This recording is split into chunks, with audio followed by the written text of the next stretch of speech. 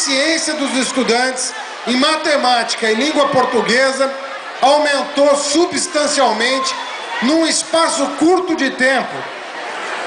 As pessoas têm que compreender que as metas fixadas para 2015 pelo Ministério da Educação foram atingidas por essa escola em 2007.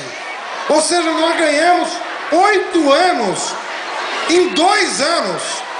Aquilo que ia ser feito em 8 foi feito em 2, do ponto de vista do aprendizado, da proficiência das crianças, da alfabetização das crianças. Eu queria deixar um recado aqui para os estudantes. Gostem do seu computador, cuidem do seu computador, mas gostem mais e cuidem mais do seu professor.